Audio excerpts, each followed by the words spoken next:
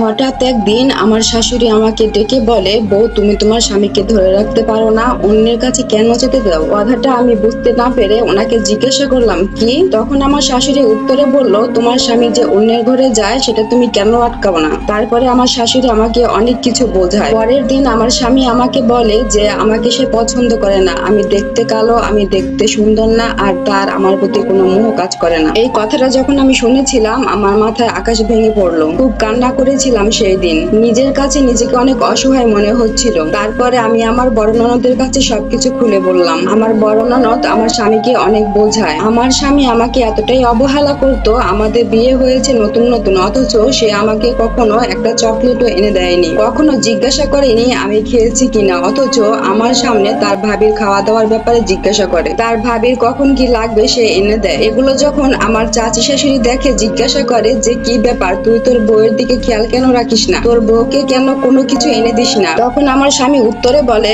ও বাসায় ভাত খায় না, ভাত খেলেই চলবে, আর কিছু লাগবে না। এগুলো শুনে আমি শুধু নীরবে কান্না করতাম, কারণ আমার তো বলার মতো কোনো জায়গা ছিল না। আমি কার কাছে বলবো? শ্বশুর বাড়ির লোকজন তারই তো লোকজন। দিন দিন আমি এইসব কিছুর জন্য ডিপ্রেশনে চলে যাই, কারোর সাথে কথা বলতে পারতাম না। আস্তে আস্তে আমি সবার কাছে খারাপ হয়ে যাই। যার মনের অবস্থা ভালো থাকে না, সে কিভাবে সবার সাথে হাসি মুখে কথা বলবে? আস্তে আস্তে সবাই ঘরে কানাঘুষা করতো। আমার শাশুড়ি আর ননদরা বলতো, কি দেখে আনলাম, ভালো লাগে না। আমি যখন সবার অপছন্দের হয়ে গেলাম, তখন সবার এই কথাগুলো শুনতে আমার আরো বেশি খারাপ লাগতো। লুকিয়ে লুকিয়ে কান্না করতাম আমি। ওকে কিছু বলতাম না, কারণ যার স্বামী তার বাড়িতে মূল্য দেয় না, সেই বাড়িতে আর কারো কাছে কিছু আশা করাটাই বৃথা, তাই না? আমার নিজের স্বামী আমাকে পছন্দ করে না, তার বাড়ির লোকজন আমাকে কিভাবে পছন্দ করবে? এভাবেই কেটে গেল আমার বিয়ের 4 মাস। তারপরও আমি আমার স্বামীকে বড় যার কাছ থেকে ফেরাতে পারলাম না। একটা মেয়ের কাছে কতটা কষ্টের আর কতটা লজ্জার জায়গা যখন অন্য কারো কাছে যায়, ওই জিনিসটা কেউ বোঝানো সম্ভব না।